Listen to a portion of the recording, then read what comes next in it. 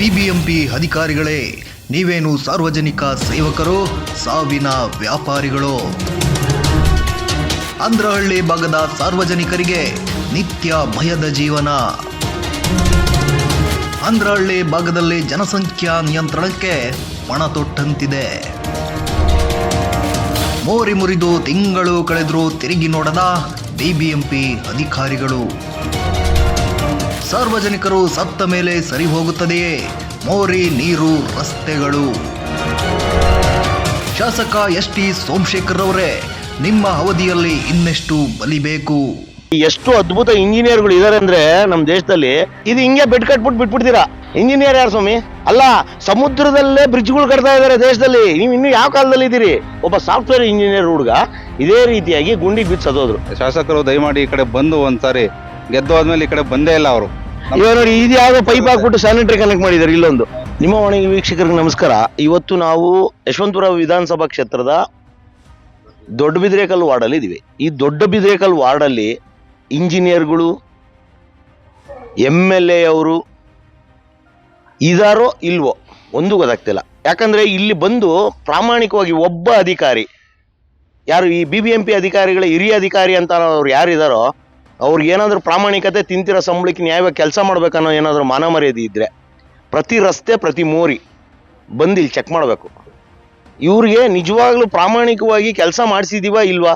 ಇವಾಗ ಪ್ರತಿಯೊಂದು ಇಲಾಖೆಯಲ್ಲೂ ಒಂದಿಷ್ಟು ಏನು ಹಿರಿಯ ಅಧಿಕಾರಿಗಳು ಇರ್ತಾರೆ, ಅವ್ರು ಕ್ವಾಲಿಟಿ ಚೆಕ್ ಮಾಡ್ತಾರೆ, ಪ್ರತಿಯೊಂದನ್ನು ಚೆಕ್ ಮಾಡೋಂಥ ಅಧಿಕಾರಿಗಳು ಇದ್ದೇ ಇರ್ತಾರೆ.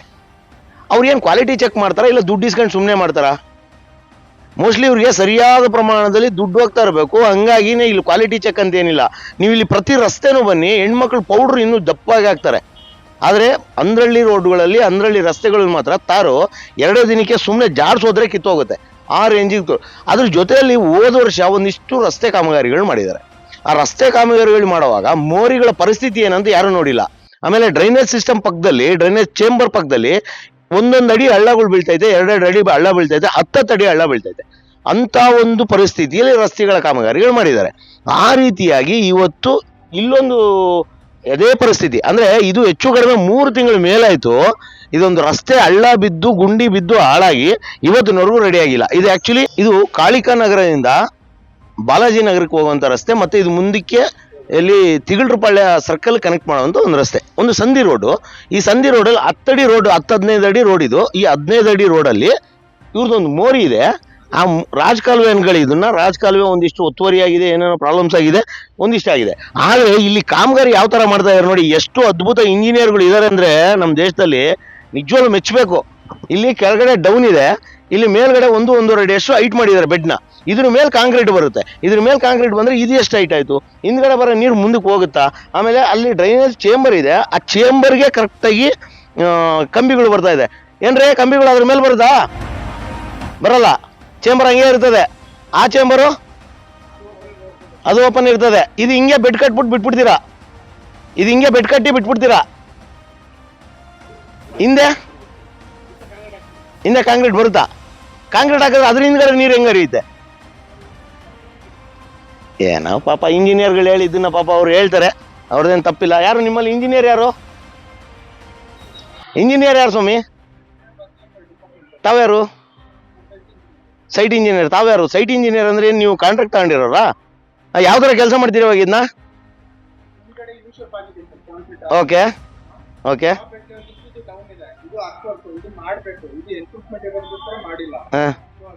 ನಿಮ್ಗೆ ಎಷ್ಟು ತಿಂಗಳಾಯ್ತು ಇದು ವರ್ಕ್ ಅಲರ್ಟ್ ಆಗಿ? ವರ್ಕ್ ಅಲರ್ಟ್ ಆಗಿ ಗೊತ್ತಿಲ್ಲ. ಮೊನ್ನೆ ಮಳೆ ಬಂದಲ್ಲ, ಬಿದ್ದೋಗಿ 2 ತಿಂಗಳಾಗೋಯ್ತು.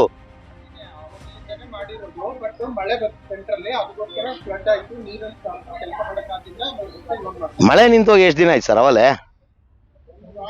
ಅದ್ ಯಾವ ಮಳೆ ಸರ್? ಅಲ್ಲ, ಸಮುದ್ರದಲ್ಲೇ ಬ್ರಿಡ್ಜ್ಗಳು ಕಟ್ತಾ ಇದಾರೆ ದೇಶದಲ್ಲಿ. ನೀವು ಇನ್ನು ಯಾವ ಕಾಲದಲ್ಲಿ ಇದ್ದೀರಿ?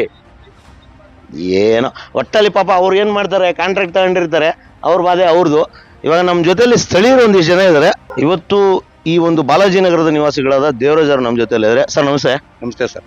ಸರ್ ಏನ್ ನಿಮ್ ಸಮಸ್ಯೆ ಏನು, ಈ ರಸ್ತೆ ಸಮಸ್ಯೆ ಏನು? ಸರ್ ರಸ್ತೆ ಅಂದ್ರೆ ಇಲ್ಲಿ ಮಳೆ ಬಂದು ರಸ್ತೆ ಬಿದ್ದೋಗಿತ್ತು. ಎಷ್ಟು ದಿನ ಆಯ್ತು? ಆಲೆ ಒಂದ್ 3 ತಿಂಗಳಾಗಿತ್ತು. 3 ತಿಂಗಳಾಯ್ತು. 3 ತಿಂಗಳಿಂದ ನಾವು ಹೇಳಿದ್ವಿ. ಯಾರಿಗೆ ಹೇಳಿದ್ರಿ? ಗೂಳಿಗೌಡ್ರಿದ್ರು. ಆಮೇಲೆ ಅಧಿಕಾರಿ ಅವ್ರು ಮುಂಚೆ ಹೇಳಿ ಮಾಡಿಸ್ತೀವಿ ಅಂತ ಹೇಳ್ಬಿಟ್ಟು ಬಂದು ನೋಡ್ಕೊಂಡು ಹೋದ್ರು. ಟ್ರ್ಯಾಕ್ಟರ್ ತಗೊಂಡ್ ಮಣ್ಣು ತುಂಬಕ್ ಬಂದ್ರು. ಆಮೇಲೆ ಇನ್ನೊಬ್ಬ ಇಂಜಿನಿಯರ್ ಬೇಡ ಮಣ್ಣು ತುಂಬಿದ್ರೆ ಇದಾಗಲ್ಲ, ಬೇರೆ ಆಲ್ಟರ್ನೇಟ್ ಮಾಡ್ಬಿಟ್ಟು ಅಂದ್ಬಿಟ್ಟು ಹೊರಟೋದ್ರು. ಇನ್ ಬಂದಿಲ್ಲ. ಎಷ್ಟು ತಿಂಗಳಾಗಿತ್ತು? ಆಲೆ 1 ತಿಂಗಳಾಗಿತ್ತು ಬಂದು ಹೋಗಿ. ಈಗ 15 ದಿವಸದಿಂದ ಬಂದು ಕಾಮಗಾರಿ ಮಾಡ್ತಾವ್ರೆ. ಆ ಕಾಮಗಾರಿ ನೋಡೋದಕ್ಕೆ ಇಲ್ಲಿ ಕಣ್ಣಿಗೆ ಮಾತ್ರ ಕಾಣಿಸ್ತಾ ಇದೆ. ಅದು ಎಲ್ಲ ಕಾವೇರಿ ನೀರು ಪೈಪ್ ಹೋಗಿದೆ, ಅದೆಲ್ಲ ಫುಲ್ ಡೌನ್ ಆಗಿದೆ. ಅದು ಕಾವೇರಿ ನೀರು ಬಿಟ್ರೆ ಮೋರಿ ನೀರು ಹೋಗುತ್ತೆ ಅಂದ್ರೆ ಎಲ್ಲ ಹಂಗೆ ಹಾಕಕ್ಕೆ ಹೇಳಿದ್ದಾರೆ. ಆ ಥರ ಈ ಥರ ಅಂತ ಹೇಳ್ತಾವ್ರೆ. ಹಂಗಾಗಿ ನಾವು ನಿಮ್ಮನ್ನ ಸಂಪರ್ಕ ಮಾಡ್ದೋ ನಮ್ಗೆ ನ್ಯಾಯ ದೊರಕಿಸ್ಕೊಡ್ಬೇಕಾಗಿ ತಮ್ಮಲ್ಲಿ ಕೇಳ್ಕೊಡ್ತಾ ಇದೀವಿ. ನೋಡಿ, ಒಬ್ಬ ಶಾಸಕಾಂಗರು ಮತ್ತೆ ಕಾರ್ಯಾಂಗದವರು ಎಷ್ಟು ಕಾಳಜಿ ಇದೆ ಅಂದ್ರೆ ಸಾರ್ವಜನಿಕರ ಮೇಲೆ. ಅವ್ರು ಬಿದ್ದು ಸತ್ರು ಏನು ಇವ್ರಿಗೆ ಏನು ಬೇಜಾರಿಲ್ಲ. ಯಾಕಂದ್ರೆ ಇದೇ ಇದರಲ್ಲಿ ಏನು ಯಶವಂತಪುರ ಕ್ಷೇತ್ರದಲ್ಲಿ ಕಳೆದ 3 ವರ್ಷದ ಕೆಳಗಡೆ ಒಬ್ಬ ಸಾಫ್ಟ್ವೇರ್ ಇಂಜಿನಿಯರ್ ಹುಡುಗ ಇದೇ ರೀತಿಯಾಗಿ ಗುಂಡಿಗೆ ಬಿದ್ದು ಸತ್ತೋದ್ರು. ಅದು ಇನ್ನೂ ಹಸಿಯಾಗೇ ಇದೆ. 3 ವರ್ಷದ ಒಬ್ಬ ಯುವಕ ಸತ್ತೋದ್ರು. ಇನ್ನೂ ಇವ್ರಿಗೆ ಪರಿಜ್ಞಾನ ಇಲ್ಲ. ಹೌದು, ಮುಂದಿನ ದಿನಗಳಲ್ಲಿ, ಯಾಕಂದ್ರೆ ನಾನೇ ಈ ರಸ್ತೆಯಲ್ಲಿ ಹೋಗೋವಾಗ ಒಂದಿನ ಒಬ್ಬ ಆಟೋದವನು ಕುಡಿದ್ಬಿಟ್ಟು ಬಂದು ಬಗ್ಗಿಸ್ಬಿಟ್ಟ ಗಾಡಿನಲ್ಲಿ. ನಾನೇ ಕಣ್ಣಾರೆ ನೋಡಿದ್ದೀನಿ. ನನ್ನ ಹತ್ರ ವಿಡಿಯೋನು ಇದೆ ಅದು. ಅಂದ್ರೆ ಇವ್ರಿಗೆ ಎಷ್ಟು ಒಂದು ಸಾರ್ವಜನಿಕರ ಮೇಲೆ ಕಾಳಜಿ ಇದೆ ಅಂತ. ಸರ್, ಇವಾಗ ನೀವ್ ಹೇಳಿ, ಈ ವರ್ಕ್ಗಳು ಏನ್ ಮಾಡಿದಾರಲ್ಲ, ಇವತ್ತೇನು ರಸ್ತೆ ಕಾಮಗಾರಿ ಆಗಿರ್ಬೋದು, ಮೋರಿ ಕಾಮಗಾರಿಗಳಾಗಿರ್ಬೋದು, ಸರಿಯಾಗಿ ಮಾಡಿದಾರೆ ಅನ್ಸುತ್ತಾ ಸರ್ ನಿಮ್ಗೆ? ಕೆಲಸ ಮಾಡೋದು ಹೆಸರಿಗೆ ಮಾತ್ರ ಮಾಡಿದ್ದಾರೆ, ಎಲ್ಲ ಕಳಪೆ ಕಾಮಗಾರಿಗಳು. ನೀವೇ ನೋಡ್ತಾ ಇದ್ದೀರಲ್ಲ, ಸುಮ್ನೆ ಎಲ್ಲ ಓಪನ್ ಆಗಿದೆ. ಎಲ್ಲ ಗುಂಡಿಗಳು ಬಿದ್ದು ಎಲ್ಲ ಬೈಕ್ಗಳಲ್ಲಿ, 2 ವೀಲರ್ಗಳಲ್ಲಿ ಮಕ್ಕಳು ಹೆಂಗಸರು ಎಲ್ಲ ಬಿದ್ದು ಎದೊಳ್ತಾ ಇದ್ದಾರೆ. ಮಳೆ ಬಂದಾಗ ನೀರು ನಿಂತ್ರೆ ರಸ್ತೆ ಯಾವುದು, ಗುಂಡಿ ಯಾವುದು ಕಾಣಿಸಲ್ಲ. ಹಾಗಾಗಿ ಇದಂತೂ ನಮ್ಗೆ ಬಹಳ ಸಮಸ್ಯೆ ಆಗಿದೆ ಇದ್ರದ್ದು ಮೋರಿದು. ಅಲ್ಲಿ ಒಂದು 3 ತಿಂಗಳಿಂದ ಒಂದು ವೆಹಿಕಲ್ ಇಲ್ಲಿ ಪಾಸ್ ಆಗ್ತಾ ಇಲ್ಲ. ನಾವೆಲ್ಲ ಏನಿದ್ರು 2 ಕಿಲೋಮೀಟರ್ ಸುತ್ಕೊಂಡ್ ಬರ್ತೀವಿ. ಅದು ತಿಗಡಪಾಳ್ಯ ಮುಖ್ಯ ರಸ್ತೆನಲ್ಲಿ ಎಕ್ಸಾಮ್ ಸೆಂಟರ್ ಅಂತ ಮಾಡಿದ್ದಾರೆ. ಅಲ್ಲೂ ತುಂಬಾ ಹೆವಿ ಟ್ರಾಫಿಕ್. ಅಲ್ಲಿ ಕಾಲಿಕಕ್ಕೆ ಆಗಲ್ಲ, ಇನ್ ಗಾಡಿ ಹೋಗೋದಿಲ್ಲ ಬಂತು. ಹಂಗಾಗಿ ತುಂಬಾ ಸಮಸ್ಯೆಗಳಿದೆ. ಶಾಸಕರು ದಯಮಾಡಿ ಈ ಕಡೆ ಬಂದು ಒಂದ್ಸಾರಿ ಗೆದ್ದು ಆದ್ಮೇಲೆ ಈ ಕಡೆ ಬಂದೇ ಇಲ್ಲ. ಅವರು ನೋಡಕ್ಕೂ ಸಿಗ್ತಾ ಇಲ್ಲ, ಈ ಕಡೆ ಬಂದೂ ಇಲ್ಲ. ಬಂದು ದಯವಿಟ್ಟು ಇದನ್ನೆಲ್ಲ ಪರಿಶೀಲನೆ ಮಾಡಬೇಕು ಅಂತ ಹೇಳಿ ಶಾಸಕರಲ್ಲೂ ಮನವಿ ಮಾಡ್ತಾ ಇದ್ದೀನಿ. ಸರ್, ಇವಾಗ ಈ ರೀತಿಯ ಕಾಮಗಾರಿಗಳು ಮಾಡದಂತಹ ಇಂಜಿನಿಯರ್ಗಳು ನಮ್ಮ ಒಂದು ಏರಿಯಾಗೆ ಬೇಕನ್ಸುತ್ತಾ ನಿಮ್ಗೆ? ಖಂಡಿತವಾಗ್ಲೂ ಬೇಡ ಸರ್. ಕರೆಕ್ಟ್ ಆಗಿ ಕೆಲಸ ಮಾಡೋರೇ ಬೇಕು ಅನ್ಸುತ್ತೆ ನಮ್ಗೆ. ಯಾಕಂದ್ರೆ ಸಂಬಳಗಳು ತಗಂತಾರೆ, ಸಾವಿರಾರು ರೂಪಾಯಿ, ಲಕ್ಷಾಂತರ ರೂಪಾಯಿ ಸಂಬಳಗಳು ತಗಂತಾರೆ. ಇವ್ರನ್ನ ಇಂಜಿನಿಯರಿಂಗ್ ಓದಿದ್ದಕ್ಕೆ ಇವ್ರನ್ನ ಇಲ್ಲಿ ಕೆಲ್ಸಕ್ಕೆ ತಗೊಂಡಿರ್ತಾರೆ. ಅದು BBMP ಆಗಿರ್ಬೋದು, ಬೇರೆ ಇಲಾಖೆಯಲ್ಲಿ ಆಗಿರ್ಬೋದು. ಇವ್ರು ಈ ಕಾಮಗಾರಿಗಳು ನೋಡಿದ್ರೆ ಇವ್ರು ನಿಜವಾಗ್ಲೂ ಇಂಜಿನಿಯರ್ ಅನ್ಸುತ್ತೆ ಸರ್ ನಿಮ್ಗೆ? ಖಂಡಿತವಾಗ್ಲೂ ಇಲ್ಲ ಸರ್. ಏನ್ ಅನ್ಸುತ್ತೆ ಮತ್ತೆ? ಇಂಜಿನಿಯರ್ ಕೆಲ್ಸಕ್ಕೆ ಲಾಯಕ್ಕಿಲ್ಲ ಅನ್ಸುತ್ತೆ ಸರ್. ಒಬ್ಬ ಗಾರೆ ಕೆಲಸದವರು 1000ದಿಂದ 1500 ರೂಪಾಯಿ ಕೆಲಸ ಏನೋ ಸಂಬಳ ತಗೊಳ್ಳಂತ ಗಾರೆ ಕೆಲಸದವರು ಅದ್ಭುತವಾಗಿ ಕೆಲಸ ಮಾಡ್ತಾರೆ. ಎಲ್ಲಿ ಟ್ಯಾಪರಿಂಗ್ ಕೊಡಬೇಕು, ಎಷ್ಟು ಬೆಂಡು ಮಾಡಬೇಕು, ಯಾವ ಪೈಪ್ ಹೆಂಗ್ ಹಾಕ್ಬೇಕು, ನೀರು ಹೆಂಗ್ ಹರಿಯುತ್ತೆ, ವಾಟ ಹೆಂಗ್ ಕೊಟ್ರೆ ಹೆಂಗ್ ನೀರು ಹೊರಗಡೆ ಬರುತ್ತೆ ಅಂತ. ಈ ರೀತಿ ಕಾಮಗಾರಿಗಳು ಮಾಡೋ ಇಂಜಿನಿಯರ್ಗಳು ನೀವು ಏನ್ ಹೇಳ್ತೀರಾ ಸರ್? ಅವರೇ ತಿಳ್ಕೊಂಡು ಕರೆಕ್ಟಾಗಿ ಕೆಲಸ ಮಾಡ್ಬೇಕು ಅಂತ ಹೇಳ್ತೀವಿ ಸರ್. ಇದನ್ನ ಪರಿಶೀಲನೆ ಮಾಡಿ ಕರೆಕ್ಟಾಗಿ ಮಾಡ್ಕೊಡ್ಬೇಕು ಅಂತ ಕೇಳ್ಕೊಳ್ತೀವಿ. ಒಟ್ಟಾರೆಯಾಗಿ ನೀವು ಹೇಳೋದೇನಂದ್ರೆ ಇಂಜಿನಿಯರ್ಗಳು ಇವ್ರು ಇಂಜಿನಿಯರ್ಗಳು ಅಲ್ವೇ ಅಲ್ಲ, ಸುಮ್ಮನೆ ಬೋರ್ಡ್ ಮಾತ್ರ ಇಂಜಿನಿಯರ್ಸ್. ಹೌದು ಸರ್. Thank you sir. ಇವಾಗ ಕೊನೆಯದಾಗಿ ಈ ರೀತಿ ಕಾಮಗಾರಿಗಳು ಮಾಡ್ತಿರುವಂತಹ ಇಂಥ ಅಧಿಕಾರಿಗಳಾಗಿರ್ಬೋದು ಮತ್ತೆ ಶಾಸಕರಾಗಿರ್ಬೋದು, ಇವ್ರಿಗೆ ಏನ್ ಹೇಳಕ್ ಇಷ್ಟಪಡ್ತೀರಾ ಸರ್? ಏನ್ ಹೇಳೋದು, ಜನದ ಕಾರ್ಯಕ್ರಮ, ಅದು ದೇವ್ರ ಕಾರ್ಯಕ್ರಮ ಅಂತಾರೆ. ಯಾವ ಮಾತು ಮಾತ್ರ ಅಷ್ಟೇ ಅದನ್ನೇ ಹೇಳ್ತಾ ಇರೋದು ನಾನು. ಅದನ್ನ ಮಾತ್ರ ಹೇಳ್ತಾರೆ ಹೊರತು ಕೆಲಸ ಕಾರ್ಯಗಳು ಯಾವ್ದು ನಡೀತಾ ಇಲ್ಲ, ಸುಗಮವಾಗಿ ಆಗ್ತಾ ಇಲ್ಲ. ಮಾಡಿದ್ರು ಎಲ್ಲ ಈ ತರ ದಪ್ಪದರ ಕೆಲಸಗಳು, ತ್ಯಾಪೆ ಕೆಲಸಗಳು. ಆಮೇಲೆ ಗುಂಡಿಗಳು ಮುಚ್ಚಲ್ಲ, ಮೋರಿಗಳು ನೋಡಿ ಈ ತರ ಬಿದ್ದು ಎಷ್ಟು ಜನ, 3 ಜನ 4 ಜನ ಬಿದ್ದಿದ್ದಾರೆ ಸರ್ ಇಲ್ಲಿ. ನಾವ್ ಯಾವ್ದು ವಿಡಿಯೋಗಳು ಇಟ್ಕೊಂಡಿಲ್ಲ ಇಲ್ಲಿ. ಹೌದು, ಕಾವೇರಿ ನೀರು ಪೈಪ್ ಬೆಂಡಾಗಿದೆ, ಬಾತ್ರೂಮ್ ಸ್ಯಾನಿಟರಿ ಪೈಪ್ ಹೊಡೆದಾಕಿದ್ದಾರೆ. ಈಗ ಅದನ್ನ ಎತ್ತಬೇಕು, ಸರಿ ಮಾಡ್ಬೇಕು ಅಂತ ಹೇಳಿದ್ರೆ ನಾವ್ ಎತ್ತಲ್ಲ, ಮಾಡಲ್ಲ.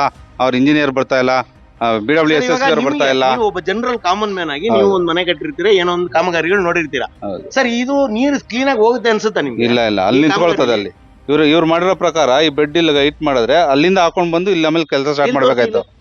ಇದು ಇವಾಗ ಇದು ಕಾವೇರಿ ಅಲ್ವಾ? ಇದು ಕಾವೇರಿ ಪೈಪ್ ಹೋಗಿದೆ. ಇವಾಗ ಇದ್ರ ಕೆಳಗಡೆ ಬೆಡ್ ಬರುತ್ತೋ ಮೇಲ್ಗಡೆ ಬೆಡ್ ಬರುತ್ತೋ ಗೊತ್ತಿಲ್ಲ. ಇವಾಗ ಅಲ್ಲಿ ಬೆಂಡ್ ಆದ್ರೆ ಅದು ನೀರು ಸರಿಯಾಗಿ ಹೋಗಲ್ಲ. ಇದ್ರೊಳಗೆ ನುಗ್ಗುತ್ತೆ ಸರ್. ಇವಾಗ ನೋಡಿ, ಇದು ಯಾವ್ದೋ ಪೈಪ್ ಹಾಕ್ಬಿಟ್ಟು ಸ್ಯಾನಿಟರಿ ಕನೆಕ್ಟ್ ಮಾಡಿದ್ದಾರೆ. ಇಲ್ಲೊಂದು ಹೊಡೆದಾಕಿದ್ದಾರೆ ನೋಡಿ, ಹತ್ರ ಒಳಗಡೆ ಪೈಪ್ ಹಾಕಿದ್ದಾರೆ. ಅಲ್ಲ, ಇಲ್ಲಿಂದ ಇಲ್ಲಿಗೆ 3 ಚೇಂಬರ್ಗಳು ಇದೆ, 3-4 ಚೇಂಬರ್ ಇದೆ. ಈ ತರ ಆದ್ರೆ ನೀರು ಹರಿಯೋದು ಹೆಂಗೆ? ಇಲ್ಲಿ ಫ್ಲೋ ಹೋಗೋದಿಲ್ಲ. ಇದು ಎಲ್ಲ ಅಲ್ಲಲ್ಲೇ ಕಟ್ಕೊಳ್ಳುತ್ತೆ, ಸಮಸ್ಯೆ ಆಗ್ತದೆ ಅನ್ಬಿಟ್ಟು ಹೇಳಿ ನಾವು ಕೆಲಸ ಸ್ಟಾಪ್ ಮಾಡ್ಸಿದೀವಿ. ಅಂದ್ರೆ ಬಂದು ನಿಂತಿದ್ದಾರೆ ಅವರು. ನಾವು ಏನ್ ಮಾಡ್ತಾರೋ ಹಂಗೆ ಮುಚ್ಚಿಬಿಟ್ಟು ಹೋಗ್ಬಿಡೋಣ ಆ ಕಡೆ ಹೋದ್ಮೇಲೆ ಅಂತ. ನಮ್ಮನ್ನ ಆಳ್ತಿರುವಂತ ಮಹಾನುಭಾವರ ಒಂದು ಕೆಲಸದ ಕ್ರಿಯೆ. ನಮ್ಮದೇ ತೆರಿಗೆ ಹಣದಿಂದ ಸಂಬಳ ಪಡ್ಕೊಂಡು ತಮ್ಮ ಜೀವನ ನಡೆಸ್ತಿರುವಂತ ಇಂಜಿನಿಯರ್ಗಳ ಅದ್ಭುತ ಕಾಮಗಾರಿಗಳು. ಎಂಥ ಅದ್ಭುತ ಅಭಿಯಂತರರು ಇದ್ದಾರೆ ಅಂದ್ರೆ ನಮ್ಮಲ್ಲಿ. ವಿಶ್ವೇಶ್ವರಯ್ಯ ಹುಟ್ಟಿದಂಥ ಮಹಾನ್ ನಾಡಿಗೆ ಇಂಥ ಮಹಾನ್ ಇಂಜಿನಿಯರ್ಗಳು ನಮ್ಗೆ ಬಂದು ಇವತ್ತು ನಿಜವಾಗ್ಲೂ ಸಾರ್ವಜನಿಕರು ಎಷ್ಟು ಬೇಸತ್ತು ಹೋಗಿದ್ದಾರೆ ಅಂದ್ರೆ ಯಾವೊಬ್ಬ ಅಧಿಕಾರಿಯೂ ಬರಲ್ಲ, ಯಾವೊಬ್ಬ ಅಧಿಕಾರಿಯೂ ನೋಡಲ್ಲ ಇಲ್ಲಿ ಏನಾಗ್ತಾ ಇದೆ, ಏನು ಹೋಗ್ತದೆ. ಮೊನ್ನೆ ಆ ಡಿ ಗ್ರೂಪ್ ಹತ್ರ ಪ್ಯಾಚ್ ಹಾಕಿದ್ರು, ಆ ಪಿಜ್ಜಾ ಹಟ್ ಹತ್ರ, ಡೊಮಿನೋಸ್ ಹತ್ರನೂ ಪಿಜ್ಜಾ ಹತ್ರನೂ ಇದಾಕಿದ್ರು, ಪ್ಯಾಚ್ ಹಾಕಿದ್ರು. ಪ್ಯಾಚ್ ಹಾಕಿದ್ರೆ ಅವೆಲ್ಲ ಪ್ಯಾಚ್ ಕಿತ್ತೋಗಿದೆ.